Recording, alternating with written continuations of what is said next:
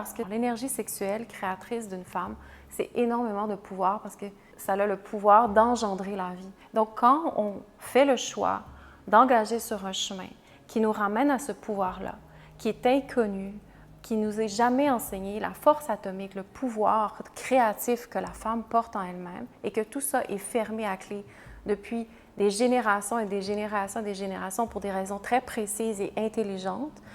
venant de notre lignée, venant d'où on vient, on doit respecter le cheminement qui nous y ramène. Si ça ne se passe pas à l'intérieur d'un temple qui se dédie à ça, dont l'intention au cœur et au centre est conçue et vraiment pour créer un espace qui respecte l'ouverture progressive de ce cheminement-là, alors jamais ça peut véritablement se passer. Ça doit être dans un espace profondément respectueux de l'intégration du chemin de où on vient et vers qu'est-ce qui veut émerger. Parce que dans la femme, il y a un désir fondamental, il y a un désir profond qu'elle porte et ce désir-là, j'en parle souvent